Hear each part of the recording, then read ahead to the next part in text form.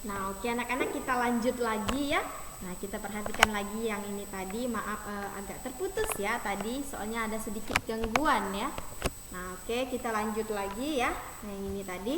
Nah, ini adalah salah satu contoh dari teknik basah ya. Nah, ini contoh gambar yang digambar dengan menggunakan teknik basah ya. Oke. Nah, di sini sudah ada media atau alat yang digunakan pada teknik kering dan teknik basah. Nah, di sini pada teknik kering itu ada pensil, kemudian ada konte, ada pensil warna ya, ada krayon, ada pena. Nah, ini termasuk ke dalam teknik kering ya. Ini bahan-bahan yang digunakan atau digunakan dalam teknik kering ya. Ini seperti pensil tadi yang Ibu bilang, krayon juga. Nah, di teknik basah ini, nah seperti ini ya. Ini gambarnya yang digunakan di dalam teknik basah ya. Jadi dia banyak menggunakan air ya.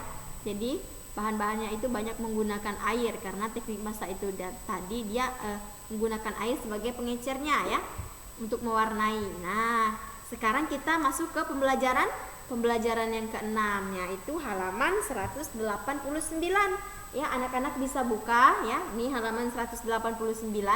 Buka buku paketnya tema 6 ya. Nah, di situ sudah ada percakapan. Nah, tetapi di sini Ibu tidak tampilkan percakapannya ya. Tetapi kita baca bersama-sama ya. Anak-anak juga baca di rumah ya. Nah, Ibu baca. Nah, di sini ada percakapan antara Made dan Ayah ya. Made, Ayah, mengapa sering ada berita kecelakaan lalu lintas di televisi ya? Kata Made. Kemudian jawab ayahnya, kalau menurut berita, kecelakaan lalu lintas paling banyak disebabkan oleh para pengendara kendaraan yang tidak tertib lalu lintas, Made. Banyak pengendara yang melanggar lalu lintas di jalan raya. Akibatnya terjadi kecelakaan yang memakan korban manusia dan kendaraan yang rusak. Kemudian jawab Made, nah bagaimana dengan pengguna jalan yang lain seperti pejalan kaki? Apakah mereka juga tidak tertib di jalan? Kabarnya tetap saja ada pejalan kaki yang terkena kecelakaan lalu lintas. Oke, kita lanjut ya. Nah, lalu jawab ayah. Pengguna jalan termasuk pejalan kaki juga harus mematuhi peraturan lalu lintas, Made.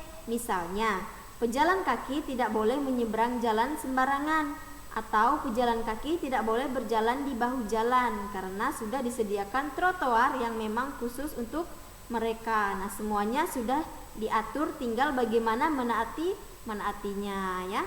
Nah, kemudian Made berkata, benar juga ya, kewajiban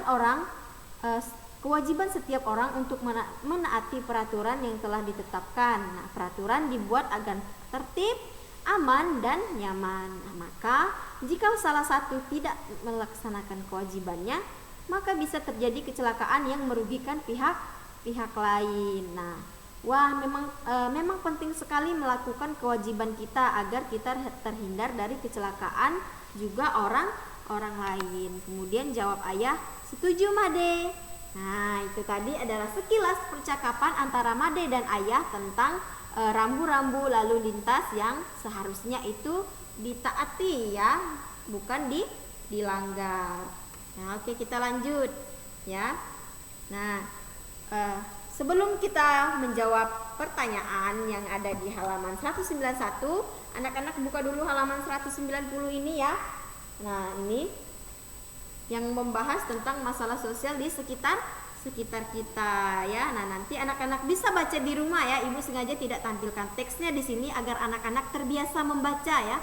Nanti anak-anak membaca masalah sosial apa saja yang ada di sekitar kita ya. Di situ sudah ada teksnya langsung ya. Nanti anak-anak bisa membacanya di rumah ya. Nah, sekarang kita lanjut kepada pertanyaan ya. Pertanyaan yang membahas tentang masalah sosial di sekitar kita. Nah, di sini sudah ada 4 paragraf ya yang sudah Ibu isi ya, yang sudah Ibu siapkan jawabannya. Nah, paragraf 1, paragraf 2, 3 dan 4. Nah, di buku anak-anak itu halaman 191 ya, yang ini 191 itu belum diisi sama sekali kan, masih kosong. Nah, anak-anak tugasnya di rumah itu menjawab pertanyaan ini. Nah, jawaban yang sudah Ibu tampilkan di sini nanti kalian pindahkan ke sini ya, pindahkan ke bukunya. ya. Oke, kita jawab dulu ya paragraf yang pertama itu soalnya ya. Berdasarkan bacaan di atas, tulislah hal-hal yang kamu pahami dari setiap paragraf pada bacaan dalam sebuah kalimat. Nah, kalimat-kalimat tersebut akan mewakili isi dari bacaan yang kamu baca. Nah, perintahnya tuliskan pada tempat yang telah disediakan. Nah, jadi anak-anak diminta untuk menulis jawabannya di sini sesuai dengan isi paragraf 1, paragraf 2, 3 dan 4. Nah, di sini Ibu sudah siapkan jawaban dari paragraf 1 sampai 4. Nah, nanti anak-anak tinggal pindahkan ya jawabannya ke buku ini, buku paketnya ya. Oke, kita bahas yang pertama dulu ya, isi dari paragraf yang pertama ya. Nah, beberapa masalah sosial seperti pencemaran lingkungan, rusaknya atau buruknya fasilitas umum. Nah, perilaku tidak disiplin merupakan masalah sosial yang sering terjadi ya. Nah, ini adalah isi dari paragraf pertama ya, tentang bacaan di halaman 190 tadi ya. Nah, yang kedua isi paragrafnya itu adalah pencemaran lingkungan terjadi karena masyarakat membuang bahan-bahan berbahaya secara sembarangan sehingga mengakibatkan pencemaran air, udara dan tanah ya. Ini adalah salah satu bagian ya yang terdapat di paragraf kedua. Kemudian kita lanjut yang ketiga ya. Ini adalah isi dari paragraf yang ketiga ya. Fasilitas umum seperti sarana transportasi, sarana pendidikan dan sarana kesehatan harus dijaga dan dilaporkan kerusakannya agar dapat digunakan. Nah, jadi anak-anak di paragraf ketiga itu isinya tentang fasilitas umum ya, atau seperti transportasi, kemudian ada sarana pendidikan, kemudian ada juga kesehatan. Nah, yang selanjutnya itu adalah isi paragraf yang keempat. Nah, isi paragraf yang keempat itu adalah perilaku tidak disiplin di jalan raya menyebabkan kecelakaan seperti melawan arus, mengendarai sepeda motor di tempat yang tidak semestinya, kemudian memarkir kendaraan di sembarang tempat dan lain-lain. Nah, ini adalah jawaban dari pertanyaan yang berkaitan dengan teks bacaan ya, tentang masalah sosial di sekitar kita. Nah, nanti anak-anak bisa pindahkan jawaban ini ke bukunya ya, sesuai dengan isi paragraf yang ada di paragraf 1 sampai 4 ya. Oke, kita lanjut. Nah, di sini masih ada pertanyaan juga. Itu halaman 193 ya. Anak-anak buka bukunya 193 ya halamannya. Nah, di situ ayo mengamati ya. Nah, di sini Ibu sudah siapkan juga ya. Sudah siapkan contoh ya.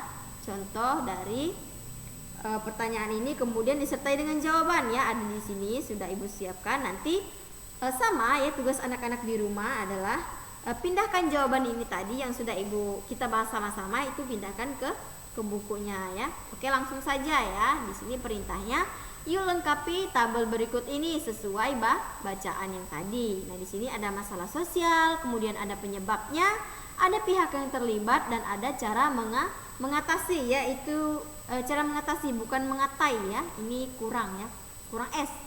Oke, kita lanjut ya. Nah, masalah sosial yang pertama itu adalah kemacetan lalu lintas ya. Penyebabnya kurang disiplin. Nah, pihak yang terlibat itu adalah pengguna jalan. Nah, kemudian cara mematuhinya itu adalah dengan cara kita mematuhi peraturan lalu lintas. Nah, karena peraturan yang dibuat itu adalah untuk dipatuhi ya, bukan untuk dilanggar. Nah, kemudian yang kedua ya, masalah sosialnya itu tentang pencemaran air. Nah, disebabkan oleh membuang sampah ke sungai ya. Orang atau kita sendiri mungkin pernah membuang limbah maksudnya, bukan sampah, limbah ke sungai. Kemudian pihak yang terlibat itu adalah warga masyarakat ya, atau kita sendiri pasti pernah ya melakukan hal ini tadi. Nah, kemudian cara mengatasinya itu adalah bisa dengan cara membuang sampah di tempat yang disediakan atau di tempat sampah ya, sesuai dengan penggolongan sampah ya. Nah, anak-anak harus membiasakan diri itu membuang sampah pada tempatnya ya, agar tidak menimbulkan masalah-masalah sosial ini tadi ya. Kemudian yang selanjutnya itu adalah pencemaran udara. Nah, penyebabnya itu adalah kendaraan dan pabrik mengeluarkan zat yang